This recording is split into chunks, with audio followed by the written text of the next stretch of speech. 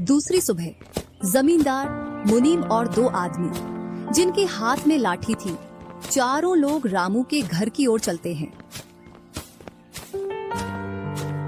जैसे ही रामू के घर के पास पहुंचते हैं तो जमींदार और दोनों लोग थोड़ी दूर रुक जाते हैं। अरे रामू भैया, बाहर निकलो, मैं पास ही के गांव से आया हूँ। जरूर जमींदार होगा, मैं आज गेट खोलूंगा ही नहीं।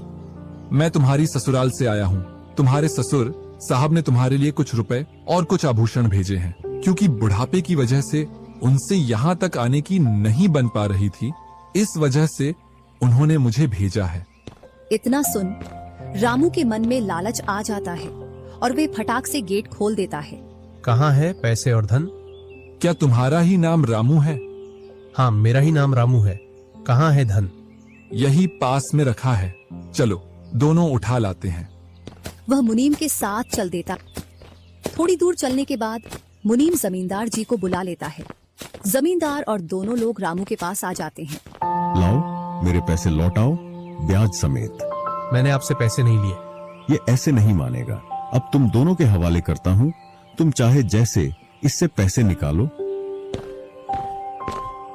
और दोनों आदमी रामू को लठ से मारते हैं। रामू चिल्लाता हुआ, अरे भाई रुको, अरे भाई रुको, मत मारो, अरे भाई रुको, मत मारो। इधर वह दोनों रामू में दे लठ लठ बरसा रहे थे।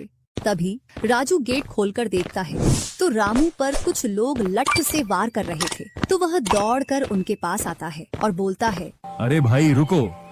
इस रामू ने आज से 5 महीने पहले मुझसे पैसे लिए थे। जब लौटाने की बारी आई तो बहाने कर रहा था।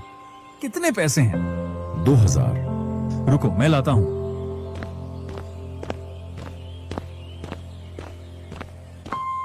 राजू रुपए लाकर जमींदार को देता है और जमींदार और उसके साथी वहां से चले जाते हैं। इधर रामू भी अपने घर में चला जाता है और राजू भी। कुछ दिनों बाद दोनों भाई अपना अपना खेत खोदने के लिए खेतों पर पहुंच जाते हैं।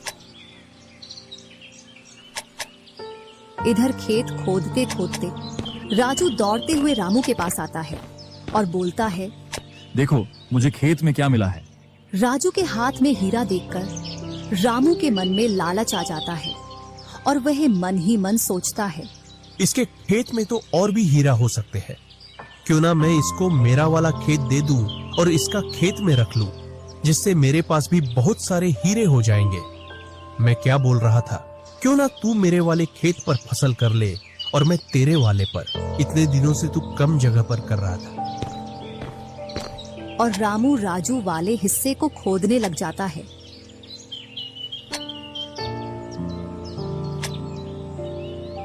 शाम तक पूरे खेत को खोद देता है, लेकिन उसे उसमें कुछ भी नहीं मिलता और थका हारा घर पहुंच जाता है। आज पूरा खेत खोद दिया, लेकिन फिर भी एक हीरा नहीं मिला। जबकि राजू ने खेत का एक कोना खोदा था, उसमें ही उसे एक हीरा मिल गया।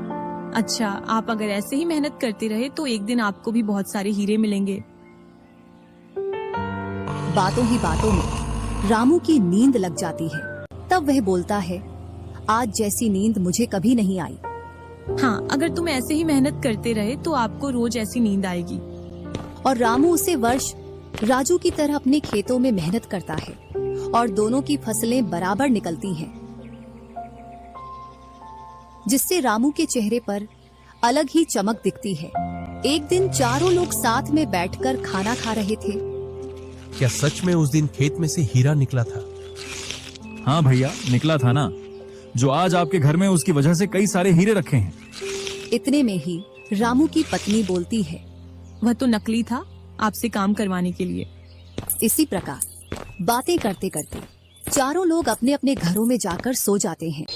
सुबह होते ही तुम दोनों को राजा साहब ने राजमहल बुलाया है। वह दोनों भाई सेनापति के साथ चल देते हैं। अब पता नहीं कौन सी आपदा आ गई। कुछ नहीं, कुछ अच्छा काम होगा, तभी तो हमें बुलाया है। दोनों राजा के पास पहुंच जाते हैं। हमने सुना है इस वर्ष तुम्हारी फसल सबसे अच्छी निकली है और आपने इस बार सबसे ज्यादा राजकोष में कर दिया है। इसी का आप दोनों को इनाम दिया